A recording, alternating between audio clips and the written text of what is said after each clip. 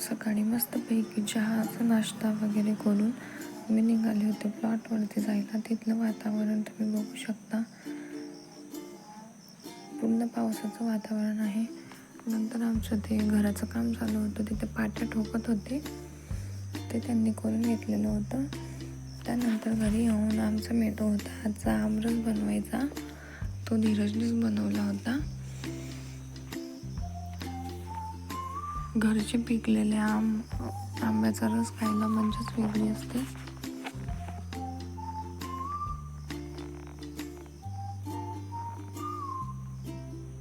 इथे धीरजने छान असं रस बनवून घेतलेला आहे.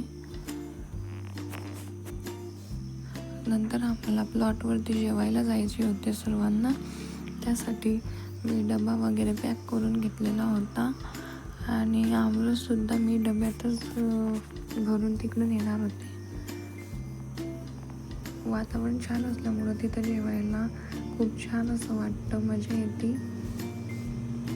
नंतर आम्ही निघालो प्लॉटवरती जायला. तिथे आम्ही छान असं जेवण केलेलं आहे. शेतात जेवल्याचीच फिलिंग तिथे येत होती. त्यानंतर संध्याकाळी आम्हाला जायचे होते बाजारात, तिथेच आम्ही जात आहोत.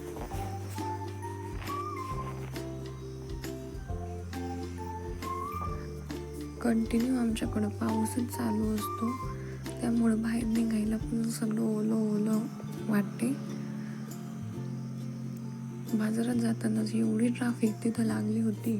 संडे असल्यामुळं फिरायला जाणारे लोक खूप सारे मुळशीला येतात. पुण्यातले अख्खे लोक मुळशीला येतात, त्यामुळं तिथं खूप गर्दी होती.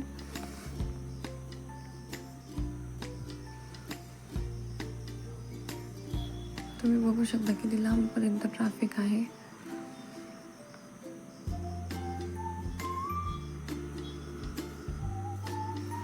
त्यानंतर आम्ही गेलो बाजारात. बाजार वगैरे करून आम्ही मस्त तिथे एन्जॉय केली पाणीपुरी. त्यानंतर घरी चिकनचा मेनू होता, मग चिकनची भाजी वगैरे बनवून स्वयंपाक करून जेवायला बसलो. नंतर मी लगेच बाजार आणला होता, तो काढायला घेतला. खूप उशीर झाला होता, त्यामुळं मी बाजार तसाच भरणार आहे. आणि भाज्या तर एवढ्या महाग होत्या, पाऊस पडल्यामुळं सगळंच इथे या साईडला महाग झालेलं आहे.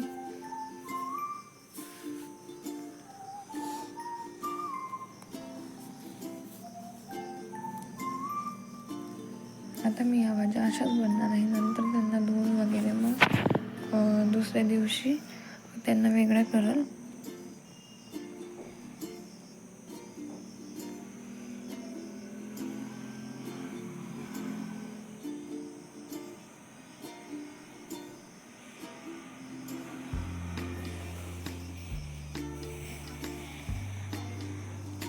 सर्व मिक्स भाज्या आहेत त्या.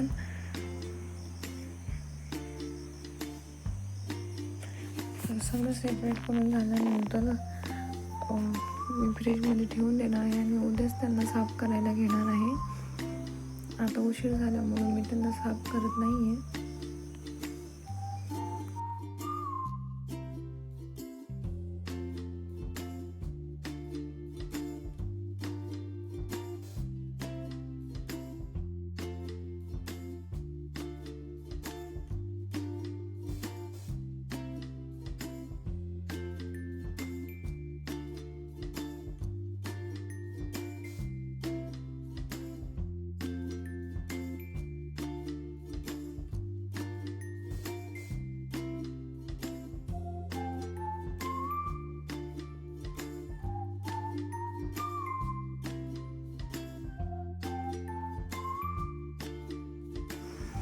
इथे माझ्या भाज्या भरून सुद्धा झालेल्या आहेत.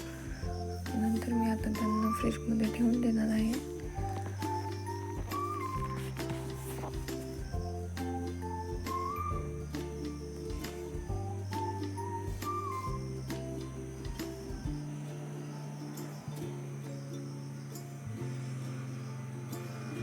Thank you for watching my video. Bye bye. Good night.